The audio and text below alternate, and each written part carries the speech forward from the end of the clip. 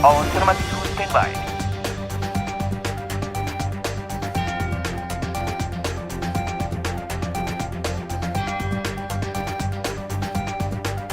Kamera rolling.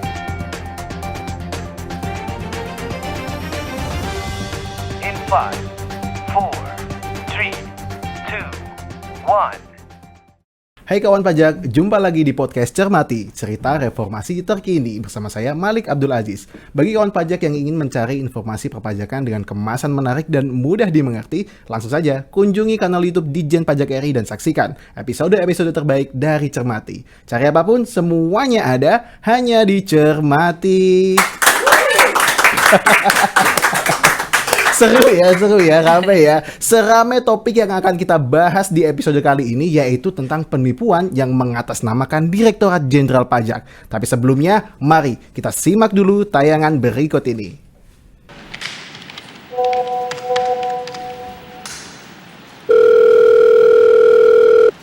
Halo, dengan saya Sarah. Apa benar ini dengan Bapak Robi? Terima kasih atas konfirmasinya ya, Pak. Selanjutnya, apakah Bapak sudah menginstal aplikasi melalui link yang kami kirimkan? Kalau belum, tolong diinstal terlebih dahulu ya, Pak. Baik, terima kasih. Semoga hari Bapak menyenangkan. Kamu tahu apa yang barusan saya lakukan? Itu penipuan. Waspada penipuan. Konfirmasikan setiap pesan yang mengatasnamakan Direktorat Jenderal Pajak melalui KPP terdekat atau saluran komunikasi kami.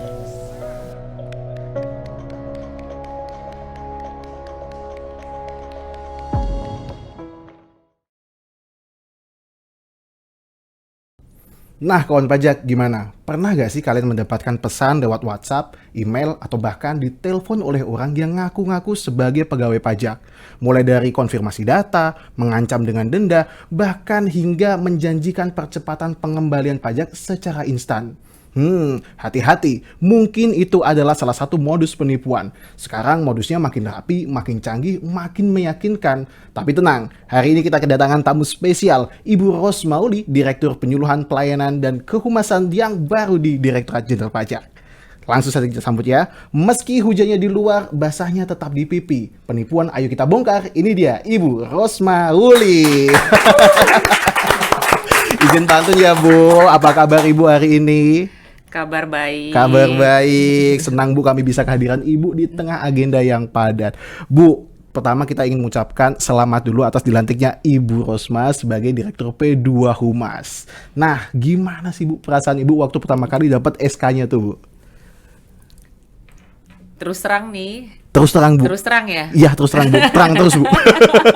Sejujurnya Bu, gimana Bu?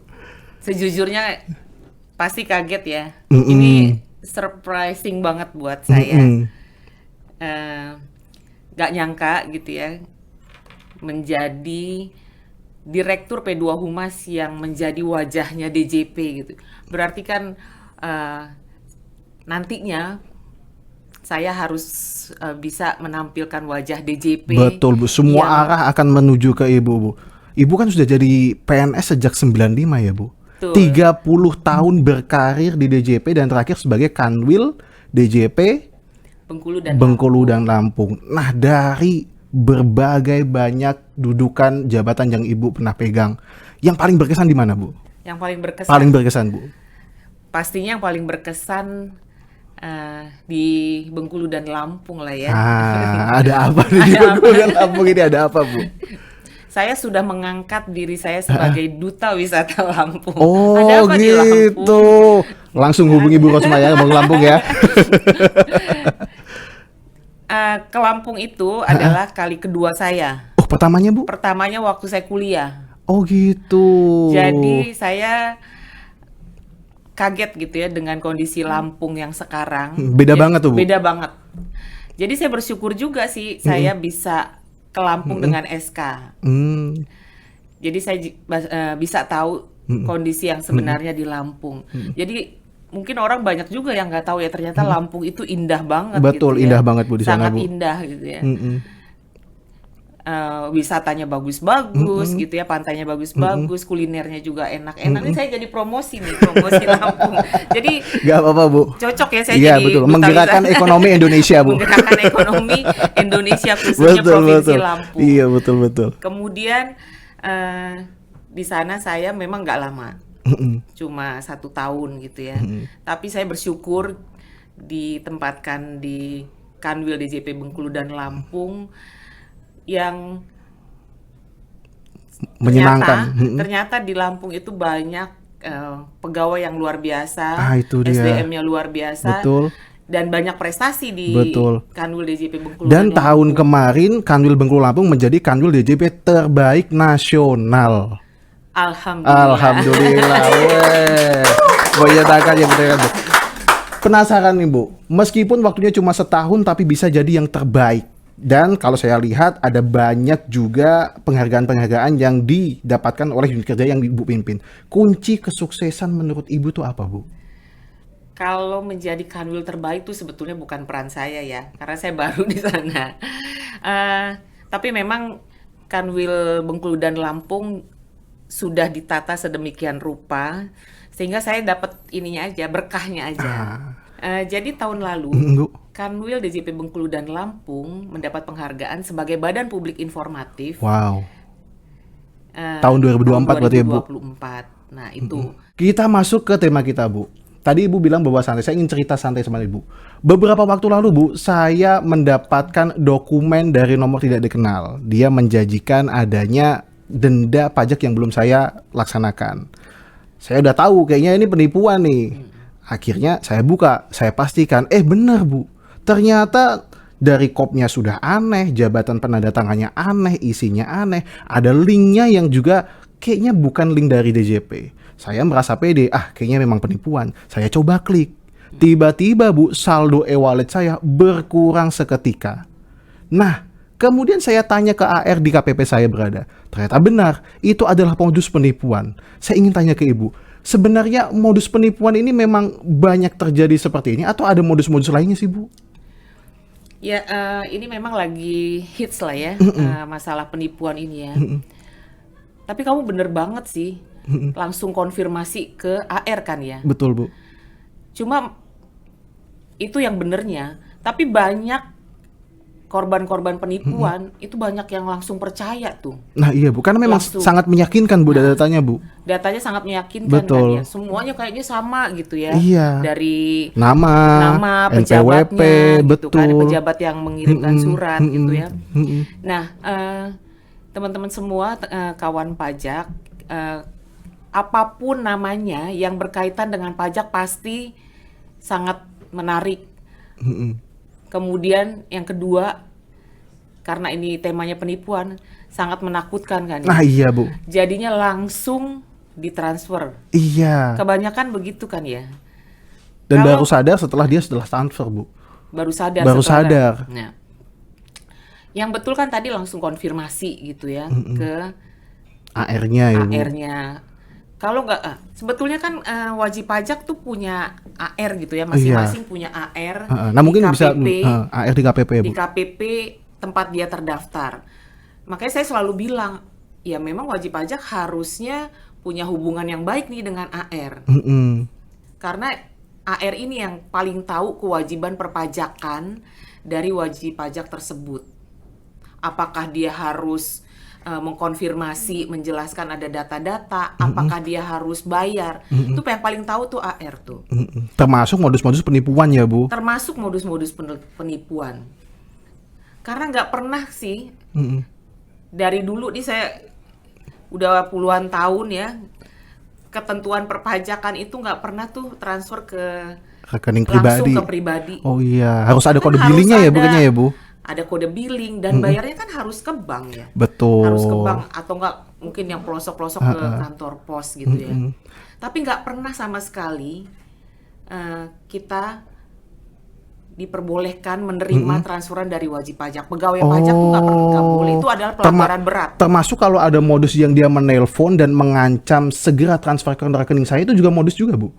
Termasuk modus pastinya.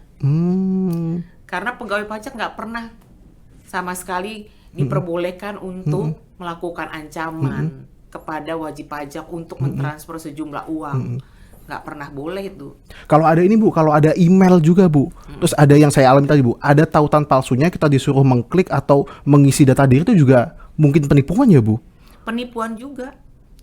Udah pasti penipuan karena tidak pernah DJP melakukan mengirimkan email kepada wajib pajak untuk melakukan klik tautan, kemudian mengisi data-data. Nggak pernah itu seperti itu. Pastinya itu adalah email palsu. Tapi kalau seperti itu Bu, ada gak sih Bu modus lainnya yang seakan-akan memberikan jasa tidak resmi gitu Bu ke wajib pajak Bu? Banyak juga sih seperti itu gitu ya, menawarkan bantuan gitu kan, misalnya bantuan untuk Restitusi, ya, pengembalian atau pajak. restitusi, bantuan ngurusin pajaknya, Betul. bantuan mengecilkan pajak Nah yang itu Bu, harus mengecilkan sanksi yang harusnya dibayar tuh kadang-kadang dibayar, itu Bu. termasuk sanksi. Itu merupakan pelanggaran bagi pegawai pajak dan itu udah pasti bukan pegawai Bukan pajak. pegawai pajak. Kalau ada yang seperti itu kan gampang salurannya. Gimana tuh Bu? Tinggal melaporkan. DJP kan banyak saluran pengaduan, ada 1.500, 200, Kering pajak. ada kering pajak itu kan tadi. Kemudian ada email DJP. Sekarang Oh iya. sekarang medsos DJP sangat terbuka Betul, luas. bisa ya DM kan? medsos juga ya Iya. Bu. Di medsosnya apa? Ada IG, ada Twitter gitu kan. Betul. Jadi DJP sudah sangat Terbuka ya Bu untuk terbuka saluran-saluran itu ya. Jadi kalau ada yang modus-modus tadi penipuan telepon, kemudian Email. kemudian ada penawaran, ya memang kita sangat mengharapkan para korban ini menghubungi institusi kita nih, bisa AR. Ya memang wajib pajak minimal harus tahu Betul, lah. harus dekat Dia dengan AR-nya ya Bu. harus tahu siapa sih AR yang bertanggung jawab untuk sebagai pengampu Pengampunya dia dia nih di situ. wajib pajak. Kemudian dia harus tahu KPP terdaftarnya dia di mana sih. Oh iya, Kan betul. kalau ada surat dari kantor pajak ada nomor teleponnya nih. Iya, ada yang bisa dihubungi ya Bu Nomor telepon yang bisa untuk konfirmasi. dihubungi. Selain nomor telepon AR ada nomor telepon kantor. Kalau nggak bisa dihubungi juga ada Kanwil. Ah iya, bisa ke level yang lebih tinggi Iya. lagi tuh kan Will Bu. Ya memang sih ini edukasi yang sebetulnya sudah lama sekali kan kita sampaikan ke seluruh wajib pajak gitu. Nah, Berarti memang saluran sudah banyak, tapi perlu kerjasama juga ya Bu dari para korban ini untuk segera melaporkan Betul. agar modusnya bisa kita pelajari dan bisa kita cegah ke depannya ya Bu. betul. Nah lanjut cerita saya Bu, setelah saya tadi kena penipuan itu Bu, sebagai generasi muda saya akhirnya curhat ke medsos Bu. Ternyata banyak yang reply dan mengalami hal yang sama. Terus saya curiga lah, kalau teman-teman dekat saya saja ada yang kena juga, berarti ada dong data statistik Bu mengenai tindak penipuan yang mengatasnamakan DJP ini.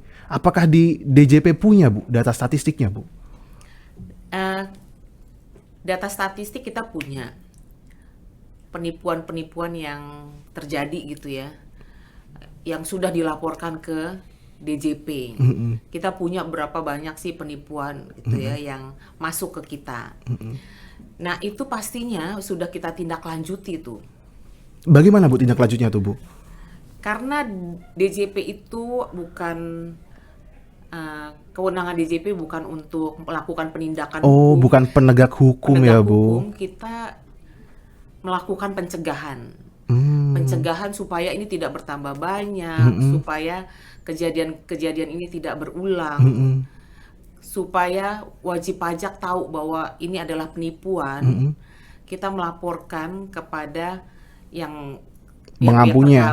terkait seperti Komdigi, kemudian kepada APH aparat penegak hukum dalam hal ini Polri. Ke Polri. Nah itu selalu kita lakukan setiap kita mendapatkan laporan ada penipuan.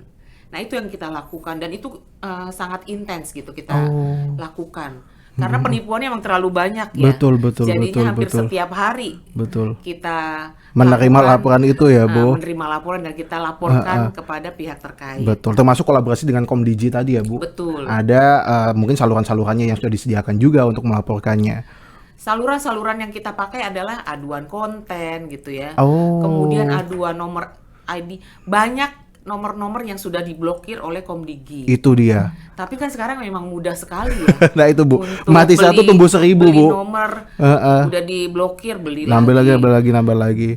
Jadi ya memang sebagai korban ataupun yang terancam harus rajin-rajin melaporkannya ya Bu, karena bersama-sama kan nanti pasti lebih Betul, besar dan lagi pelaku ini impact-nya. juga lebih jago lagi sih memang. Nah itu Bu. Jadi memang perlu kesadaran yang luar Tinggi biasa juga. sih dari masyarakat dan wajib pajak heeh.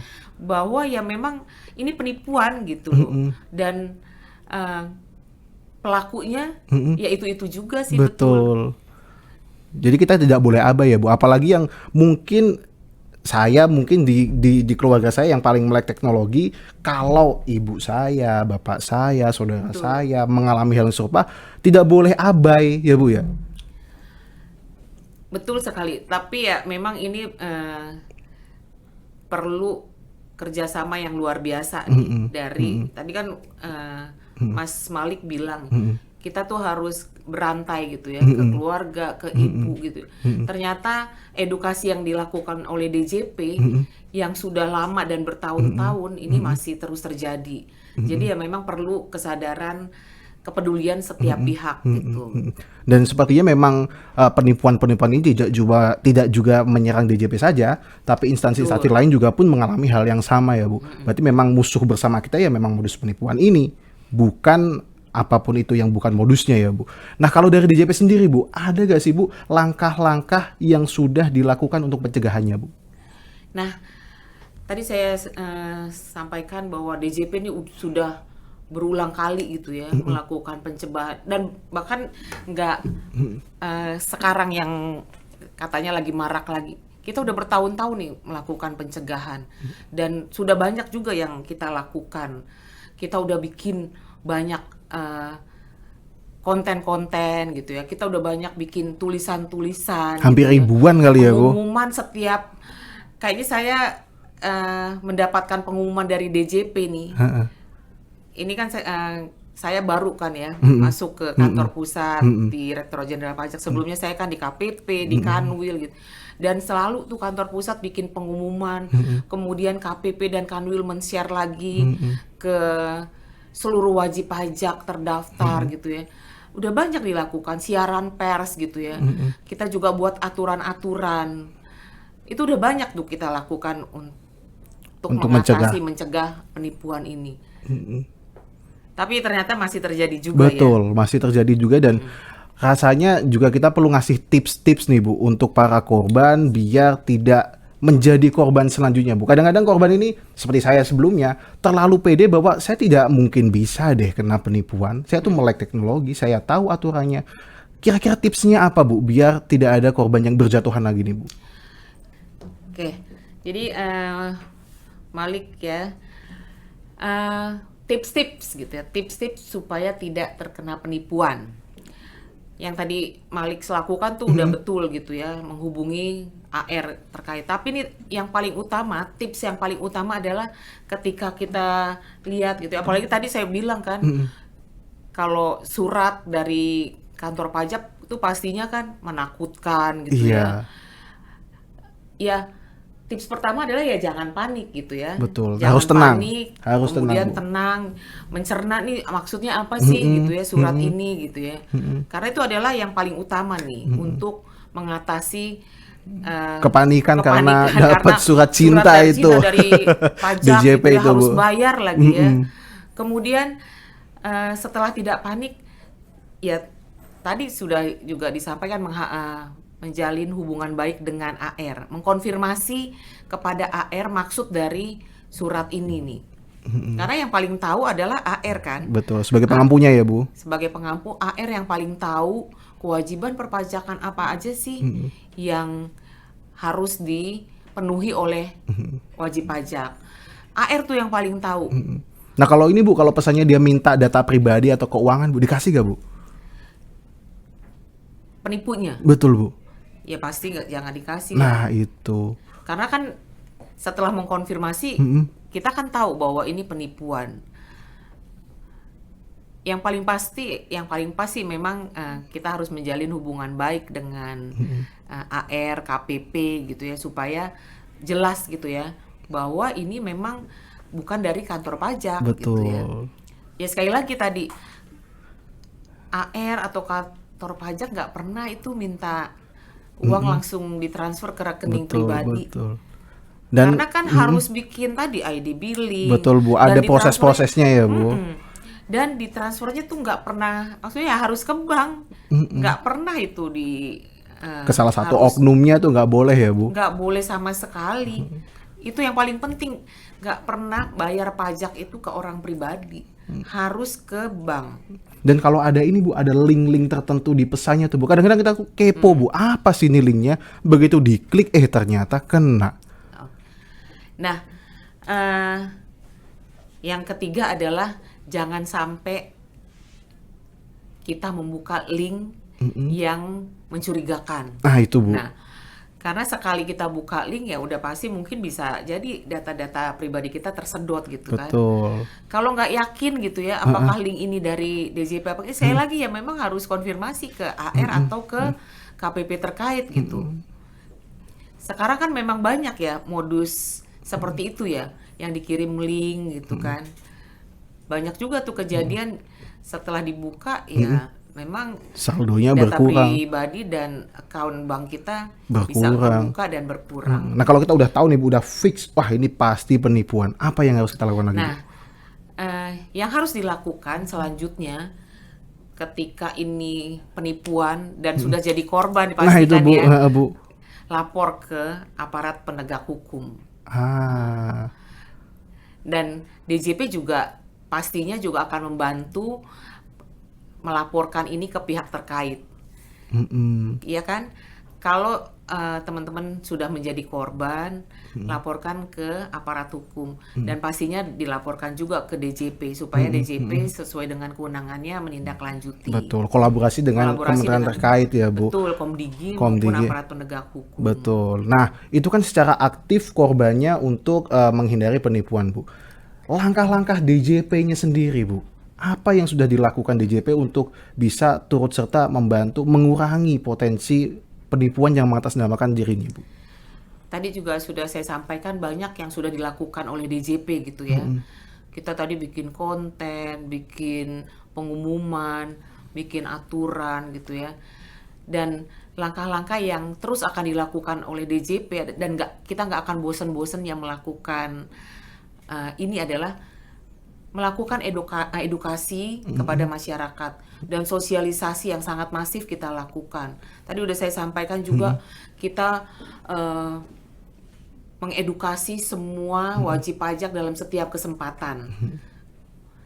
Kemudian bisa melalui media sosial gitu ya. Tadi udah saya sampaikan juga. Kemudian penyuluhan baik langsung, tadi media sosial maupun tidak langsung. Nah, ini adalah untuk meningkatkan kesadaran kepada masyarakat dan wajib pajak.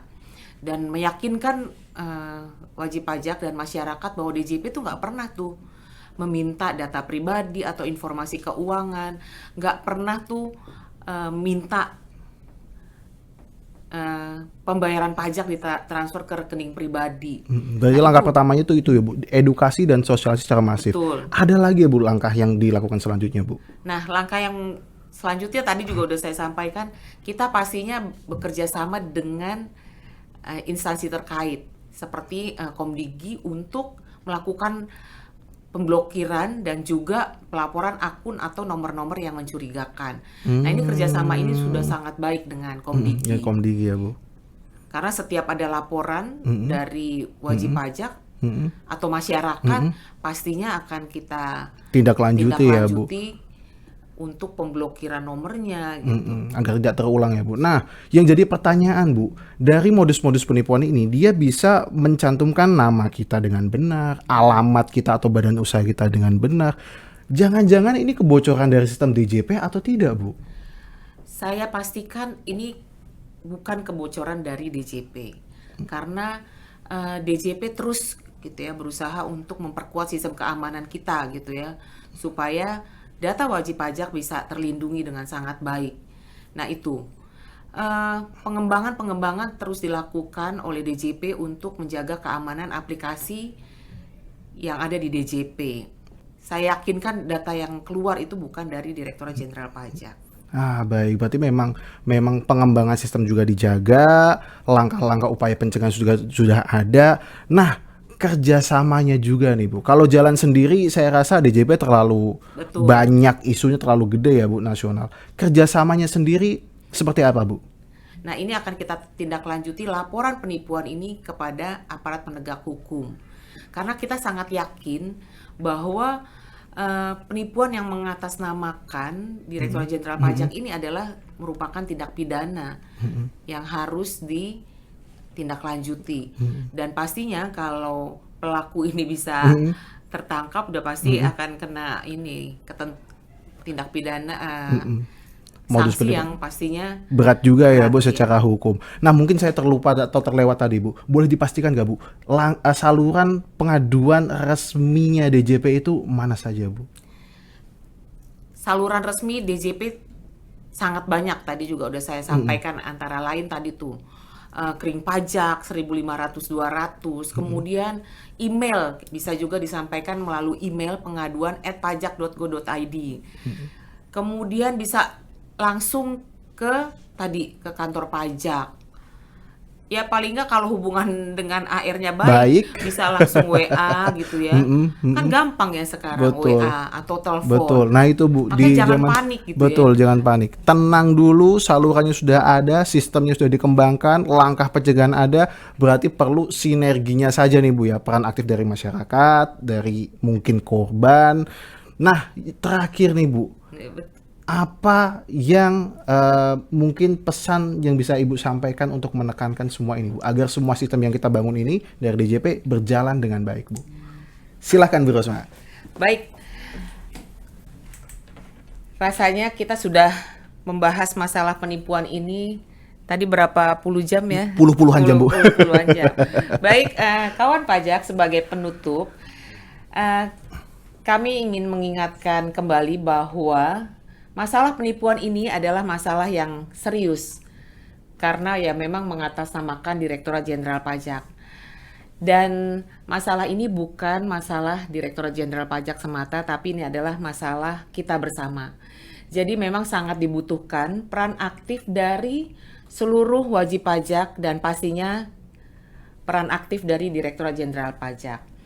Jika kawan pajak ada yang mengalami penipuan, kami sangat mengharapkan kawan pajak bisa melaporkan secara aktif kepada Direktorat Jenderal Pajak dan kami berkomitmen untuk menindaklanjutinya.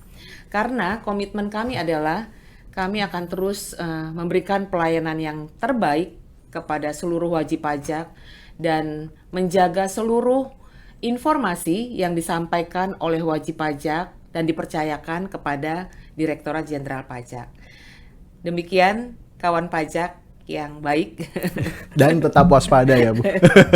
Dan pastinya tetap waspada dan mencerna kembali apakah yang kawan pajak hadapi ini adalah betul-betul penipuan ataukah memang dari Direktorat Jenderal Pajak. Itu dia. Terima kasih Bu Rosma atas kehadirannya dan ceritanya yang sangat bermanfaat bagi kita semua. Sukses selalu untuk Bu Rosma dan juga DJP. Baik kawan pajak, demikianlah episode Cermati kali ini. Mari bersama-sama kita lawan penipuan dan menjaga keamanan data pribadi serta finansial kita bersama. Jangan lupa untuk selalu mengupdate informasi resmi dari DJP dan tetap waspada. Jika masih ada pertanyaan, silahkan tuliskan di kolom komentar untuk dapat kita bahas bersama. Dan jangan lupa klik tombol like dan share agar cerita baik ini tidak hanya berhenti di kalian saja. Akhirnya saya Malik Abdul Aziz sebagai host di episode kali ini dengan segenap kru yang bertugas mengucapkan undur diri. Burung Irian, burung cendrawasih, terbang tinggi indah wardanya. Cukup sekian dan terima kasih. Sampai jumpa di episode selanjutnya. Yuk dengerin tentang reformasi perpajakan pada saat ini, dicermati agar tahu dan juga mengerti. Cermati cerita reformasi terkini, semuanya ada hanya dicermati.